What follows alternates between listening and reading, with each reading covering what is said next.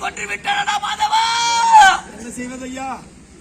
அப்படி இருக்க இருந்தாலும் அந்த புறத்திலே என்னுடைய மைத்துனாக விளங்கக்கூடிய ஆமா அடுத்து அவனுக்கு தகுந்த சனாதிபதிகளை கொடுத்து எனக்கு வேண்டும். நான் அடுத்ததாக அதி சீக்கிரமாக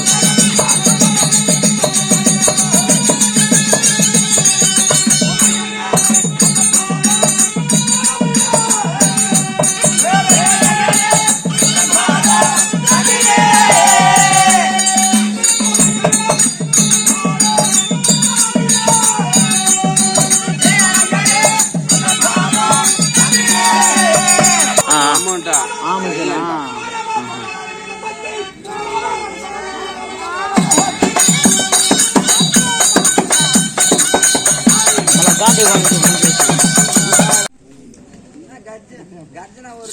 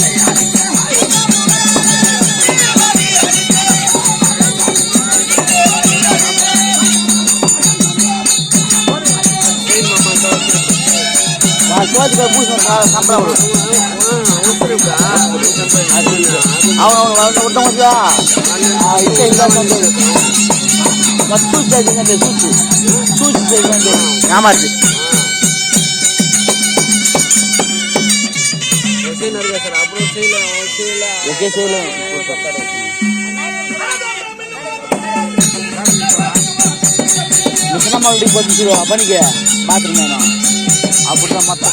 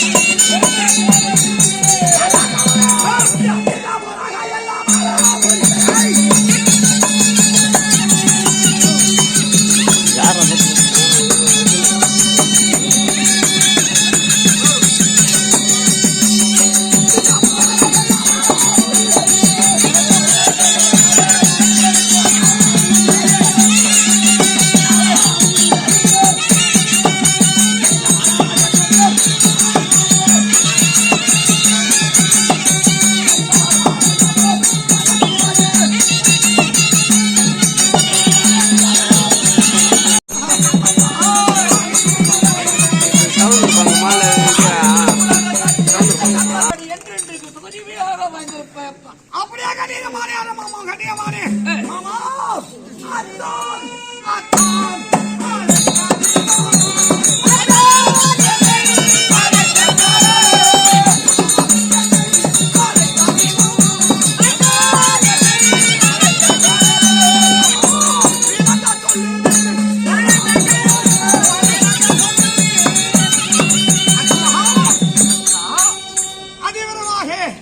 காவலனை விடுத்து என்னை திடுதிப்பென்று அழைத்து வருவதற்கான காரணம் என்னத்தான்? காரணம் என்னவென்றால், அதாவது நேற்றோடு பஞ்ச பாண்டவர்கள் நமக்கு 12 நாட்களாக மகாதானத்தை நடந்து முடிந்திருக்கு. இந்த 12 நாட்களிலும் நமக்கு வெற்றி என்பது கிடையாது. ஆகையினால் அதை நடக்கக்கூடியதாமா 13வது நாள் யுத்தம். இந்த 13வது நாள் யுத்தத்தில் அதாவது முதலிலே நம்முடைய குருவாக விளங்கக்கூடிய துணாச்சாரியரை அனுப்பி வைத்தேன். அன்னவரை அந்த அர்ஜுனனுக்கு அபிமன்யம் அடியடி என்று அடித்து புறமுதுகிட்டு ஓடவிட்டார். இரண்டாவது அண்ணாவாக விளங்கக்கூடிய கனமகாராஜனை அனுப்பி வைத்தேன்.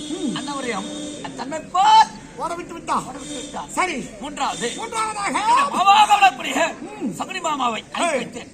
அன்னவரையும் அடியடி என்று அடித்து விரட்டி விட்டார். முறையாக என்னுடைய மகன் உன்னுடைய மருமகன் அண்ணவனை கொன்றே விட்டான். செய்து விட்டான். தன்னை சிறைக்கு ஆகையினாலே இந்த நேரத்தில் உனக்கு தகுந்ததொரு சனாத பட்டங்களை கொடுத்து வழி அனுப்புகின்ற அந்த ஓடுகாலைக்கு பிறந்த பிள்ளையை அடிக்கடி என்று அடித்து கொன்று வென்று வருவாய் என்று சிறைக்கப்பட்டிருந்த பிள்ளையை பார்த்து வருகிறேன். நீங்கள் பயப்படாத வருகிறேன்.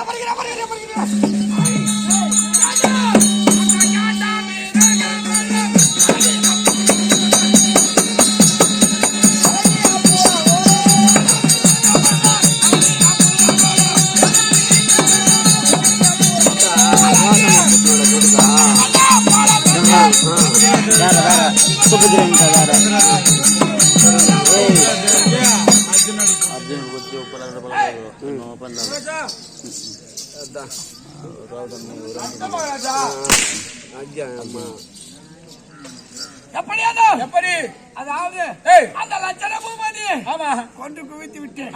அதனால போனவன் சும்மா இருக்க மாட்டாங்க. எல்லாரும் விட்டு சேர்ந்து ஆலோசனை பண்ணிருப்பாங்க. இன்னைக்கு யார் வந்துக்கிறாங்க யாரும்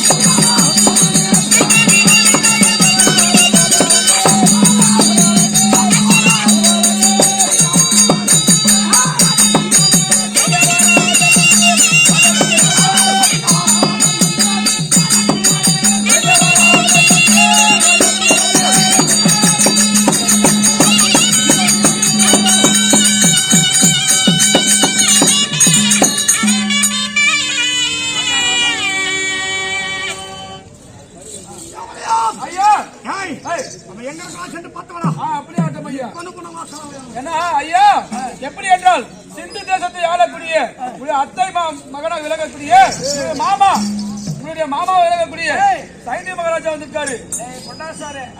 அத்தை வீட்டுக்காரர் வந்திருக்கிறாங்க. ஆமா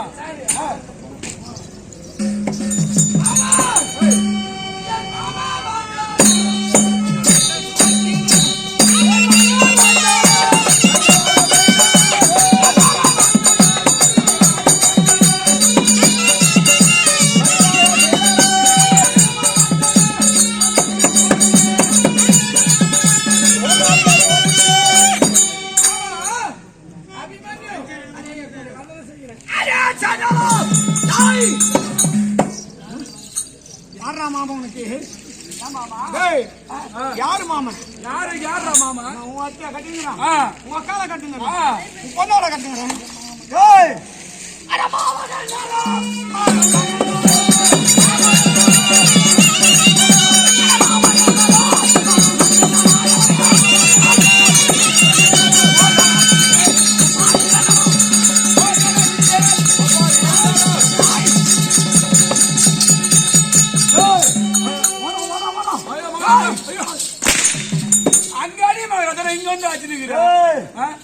இத்தனோட டாமா கோலில பார்த்தோம்.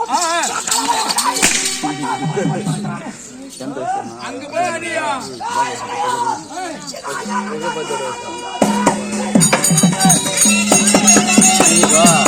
லிங்கம் பண்ணுவான் அபிமன்யும் அக்காக போறேன் அதிகம் ஊசி பண்ணிடுங்க பயங்கரம் அது வாய்ஸ் மட்டும் வச்சுக்கணும்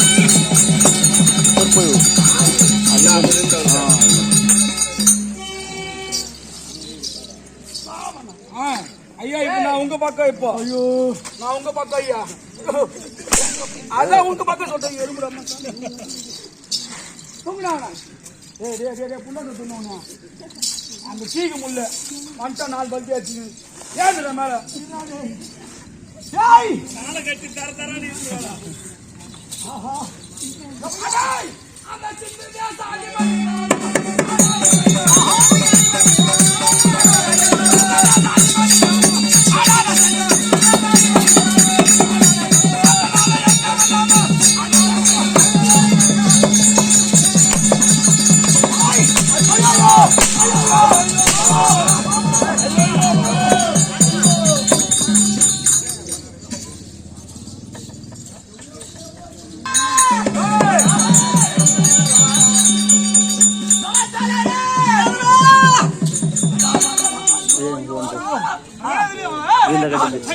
என்னுடைய மைத்ராகவளா கூடிய சைந்தவளை அனுப்பச்சவளவா அண்ணன் எப்படி அது வென்று இருப்பான் மாமா கொண்டு விட்டு இருப்பா தவிமண்ண பாக்கற பொறுத்து பார்க்கலாம் ஆகட்டும் ஐயோ ஐயோ டைவா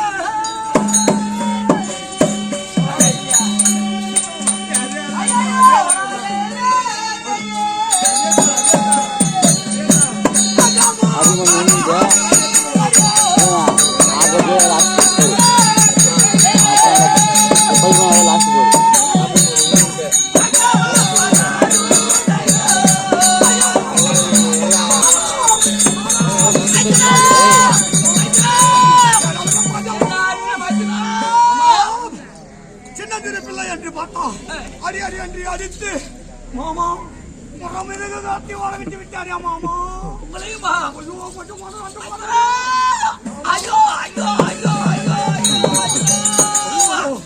அவனை முடியாது மாமா அண்ணவனை கோரினால் சொல்ல முடியாது ஏதாவது சதி செய்து வென்று விடலாம் மாமா அண்ணா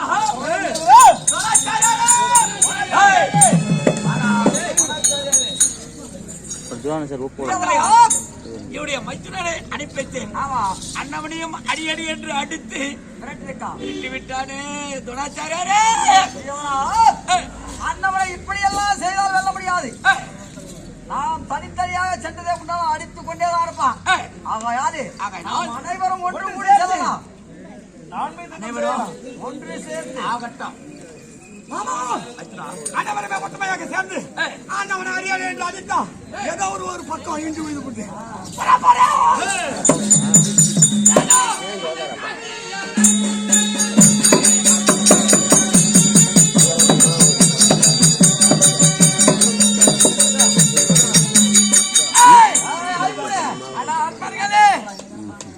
ஏன்னா பண்ணிதான் கூட்டமா வரும் சிங்கம் வந்து சிங்களா வரும் நீயே சிங்களா வருதோ இல்ல கூட்டமா வருதோ யாரும் உதப்படுறாங்கன்னு மட்டும் பாருலாம்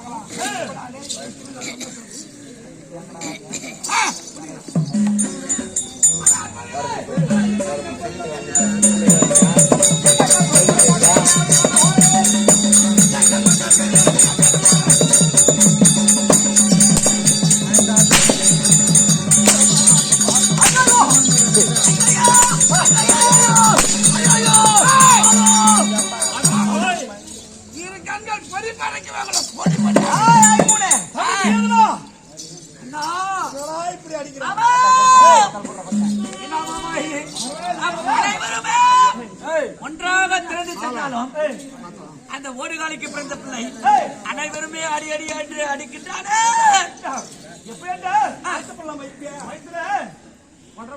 பாரு அந்த கொண்டவாளி அவன் மேல போய் வச்சுக்கா கடை விடுவா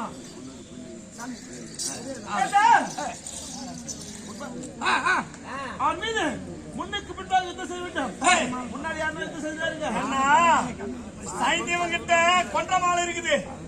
ஒரு குறி வீச சொல்லு.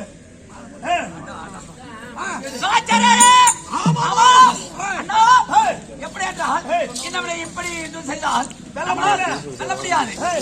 அதாவது என்னுடைய மஞ்சளுக்கு சென்று மகேஸ்வரர்கிட்ட அதாவது அந்த பீமனை வெல்வேன் என்று ஒரு மாலை வாங்கி வந்திருக்கிறார். அந்த மாலை வீச சொல்றான். ஏன்னா அந்த பீமனை நான் பார்த்துக் கொள்கின்றேன். சரி. ஏன்னா என்னவனை இப்படியே விட்டு வைத்துன்னு வச்சுக்க நம்முடைய 11 அக்ரவாணி சேனா சதிலெல்லாம் மாண்டு போய்விடும். இவன் ஒருவனே கொன்று விடுவான். ஆமா, அப்படியானால் பீமனுக்காக வாங்கி வந்த கொன்ற மாலை வாங்கி வந்துடுறான். அபிபீமன் என்று இவனுக்கு போட்டு இவனை இன்றே மடிக்க வேண்டாம். சரி மாமா, அப்படி ஆகட்டும். இந்த கொன்ற மாலை அபிபீமன் என்று யுத்தங்களை கடமை வீசி அபிமனம் அந்த கொன்ற மாலை கையில் கொண்டாடி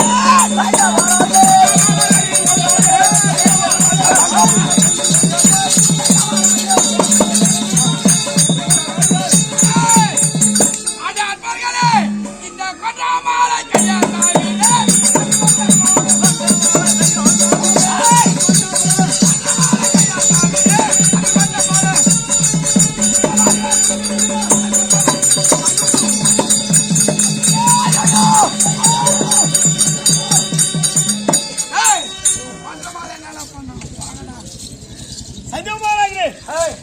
இதை இப்படியே போட்டா அவன் மாறி மாறி நமக்கே தூரி வீசுறான். சரி, அதனால இந்த கொண்ட மாலையை வீசி பார்க்கலாம்.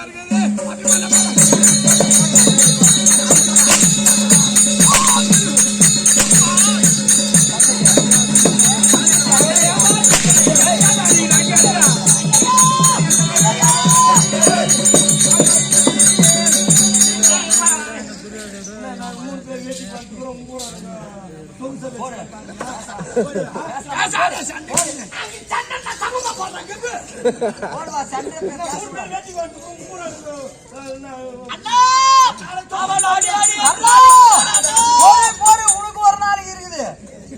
உங்களுக்கும் ஒரு இந்த மலையை ஆயிரத்துக்குள்ள உடைச்சிட்டு வெளியே வந்துக்கிறேன் பாரு. தம்பி தெரியாதா? இங்க வாங்க. ஏன்னா இவன் இடத்தை எப்படி யுத்தம் செய்தாலும் நம்ம அடியடின்னு அடிக்கிறான். ஆகையினாலே முதல்ல யார் ஓட பண்ணுது?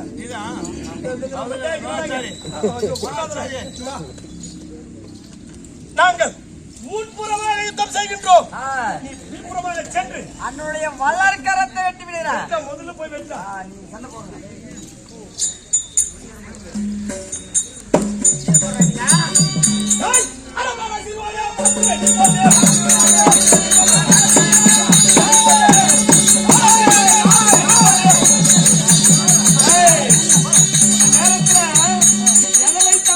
தெரியுமா? அந்த இரு கையில் இருப்பதை காட்டுற வீரத்தை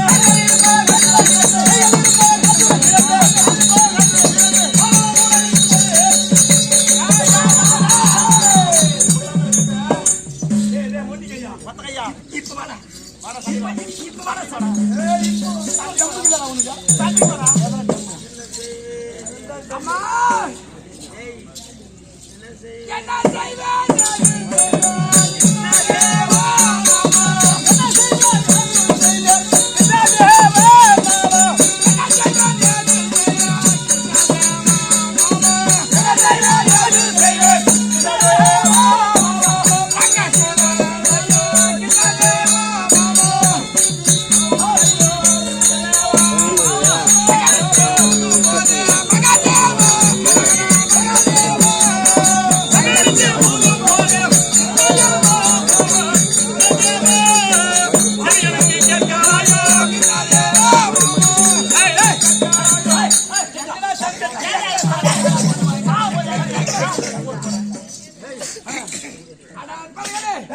என்னுடைய ஒரு கரம் பாடாலும் சரி, ஒரு கரத்துல தகர ஒரு கரம் பாடாலும்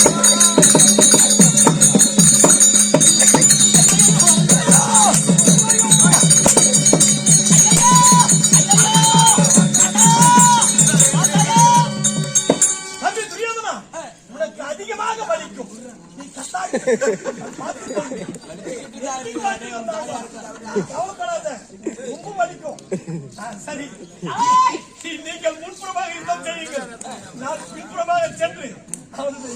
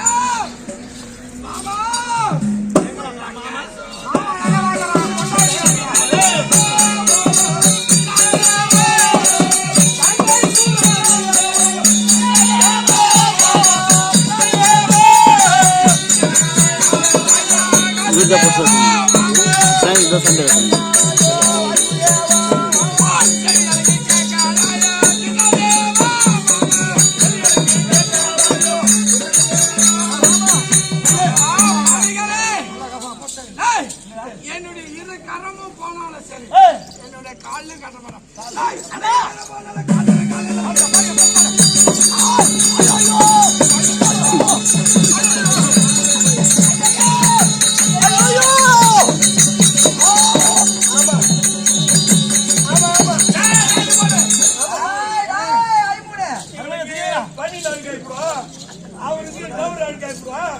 நாங்கெல்லாம் வெட்டிக்கு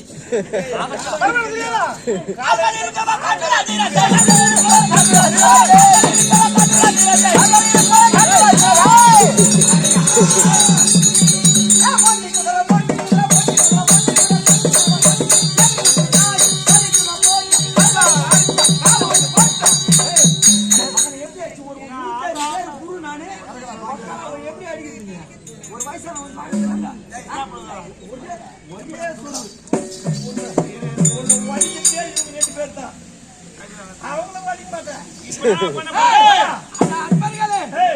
என்னுடைய இரு கரமும் ஒரு காலம் போனாலும் ஒரே காலம் ஒரு காலம் போனாலும் ஒரு காலம்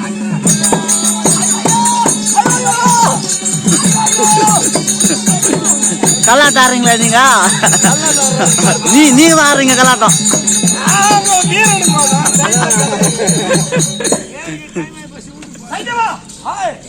அதோ கேளுங்க சபைகளே. சைலன்ஸ். இந்த வீராபிமன்யு நாடகமாகப்பட்டது இன்னும் சிறிது நேரத்தில் முடிக்க இருக்கும். இன்றைய இடத்தோடு அளவும் பாரதத்திலே முக்கியமான பலியா விளையாடக்கூடிய என்ன கர்ணன் மோட்சம் அல்லது காண்டிபன் வெற்றி, கர்ணன் மோட்சம் அல்லது காண்டிபன் வெற்றி என்று சொல்லக்கூடிய அனைவரும் வந்து கண்டுகளிக்க போட்டு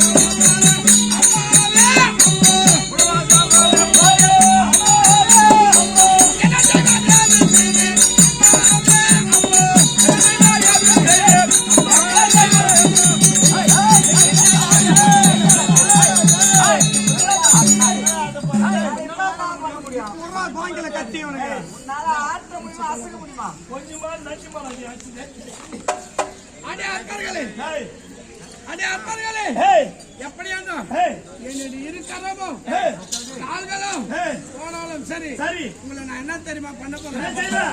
இந்த பூமி ஒரு அம்மியாகவோ நீங்கள் ஒரு மிளகாகவோ நான் ஒரு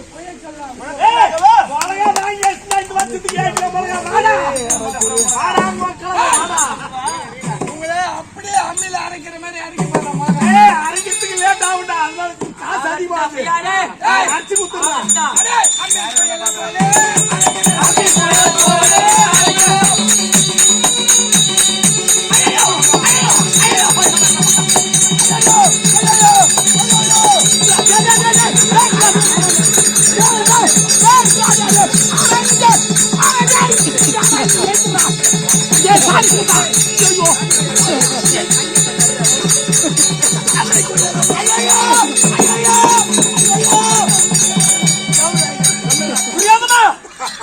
துணியெல்லாம் அழுக்காயிட்டு இருக்கும். நீ கத்தாத உயிர் வாங்குறீங்க.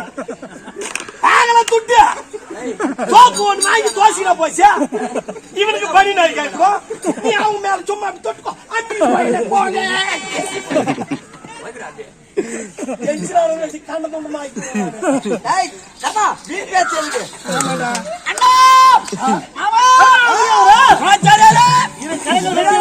என்னவனை இப்படியே விட்டு வைத்தால் இவனை கொல்லவே முடியாது. ஒரு ஆலோசனை இருக்கின்றது. எப்படி? உன்னுடைய தம்பி வானா விளையக்கூடிய துர்க்கனை இருக்கா? துர்க்கனை அண்ணனை அழைத்து என்னுடைய ஊட்டியை கடிக்க செய்வாங்க. குளிக்க வேண்டாம். துர்க்கனை